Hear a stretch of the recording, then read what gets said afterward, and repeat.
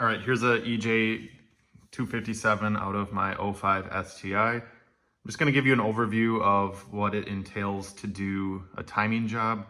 There are a lot of videos out there already. If you want a detailed, it's like an hour-and-a-half video, I recommend Meaty's timing belt video. That's what I initially used about 10 years ago or whenever that video came out to do my first EJ job. But basically this is an overview to show you quickly in a few minutes what it's going to entail to see if you want to do it. Obviously I have got this on an engine stand. I am also doing head studs, which I'll have to remove my cam gears for, and I'll have a video on how to do that.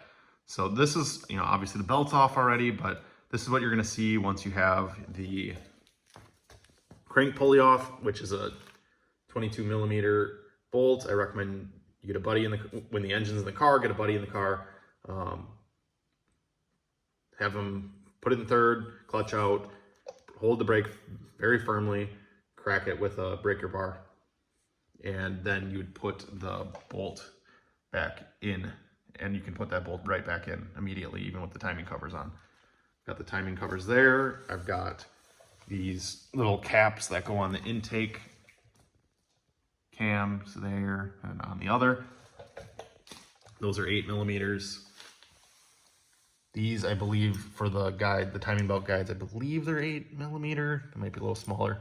Anyway, you definitely want to have a hex socket set if you're doing this job, and you want to have two 10mm hex heads and two breaker bars if you don't have fancy tools like these 23 company tools, which I don't use. They're my buddies, but he's actually never used them either, because we do it with breaker bars and removing cam gears with timing belts, but he's a mechanic and I'm sure he's going to start using those tools soon.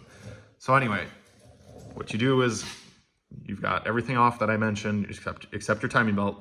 You rotate the engine clockwise, take your spark plugs out, it's a lot easier, line up with the crank to this line here. This line would be here, and this double line would be down here facing this double line.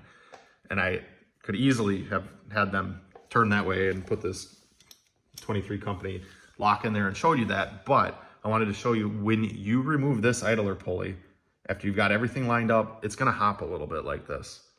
It's a little terrifying first time you do it, but if you've got your crank pulley, do all this at your own risk, but if you've got your crank pulley set here, you've got your cam gears lined up, double, single, passenger side out, and single up, your pistons are about right here.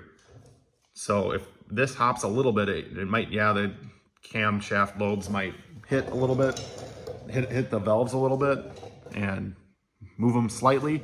But again, your pistons are not at their highest point. They're down here, so you're okay. But when you're going back to place your belt, you obviously can't have these like this. You've got to turn them, and the way I do it, the cheaper way, is breaker bars. And they're a little fidgety. It might jump right now. Yep. You want to get it in place, hold it, get your other breaker bar. And you could do this alone even. Having a buddy, especially if it's a buddy that's worked on Subarus before, would be a lot better, but I've done this alone. You can do it alone. So you could either hold it like that, get your belt back on. If you're already in there, I'd recommend replacing your tensioner, your water pump. Every time I'm in here, I do my water pump. Subaru calls for a lot less, but this is a IAG Stage 3 Plus. Now it's got ARP 625 plus head studs. This application makes like 510 wheel horse. Anyway, when I'm in here, I replace the water pump. I replace every idler pulley too. Oil pump, not every time, but it's got maybe 11,000 miles on it. So anyway, you've got these lined up. If you want to get tools that make it easier, get the 23 company off Amazon. You can get this off Amazon. There's knockoffs, but none of them, I have no endorsement for 23 company, but definitely the best one out there versus knockoffs. And I've heard of people having to like grind down the hex to get it to fit in the cam gear bolt. I don't like waiting on tools, so whatever, I would get this one. So now you can put your belt back on and you'd have all of these components off. You can look up torque specs for yourself. Once your belt's back on, this one's kind of tough to put back in. You got to really push hard and tighten that down. And then the final thing you would do with your new auto tensioner, or if you've pushed your pin back in, your old tensioner, is then you would pull your pin. And if you are really nervous about this, once you've got everything lined up, your belt's back on, you know, these are lined up, everything's lined up. Most belts have marks on them. You could rotate your engine clockwise a lot, many times. And obviously if you got a major problem, you're gonna have interference, and then at that point you should not work on it yourself. But if you keep rotating and rotating and rotating, I don't know, dozens of times, you could get everything to line back up. It doesn't mean when you rotate once or 10 times, if they don't line back up, that your timing's off. It's just for all of these marks and your timing belt marks to line back up exactly again. It just takes a lot of times. But that's what I did with my first timing job. It took forever. It was exhausting. It was in the car, but I felt confident that I had it right when I rotated over and over and over, didn't have any interference while hand rotating. And don't use an impact. You have to use a classic, socket wrench.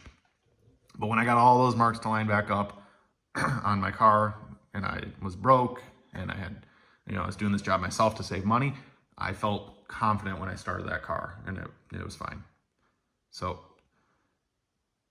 there's overview. If you want to do it yourself, you can do it. If you've done, honestly, probably spark plugs in a Subaru, I think you can do this.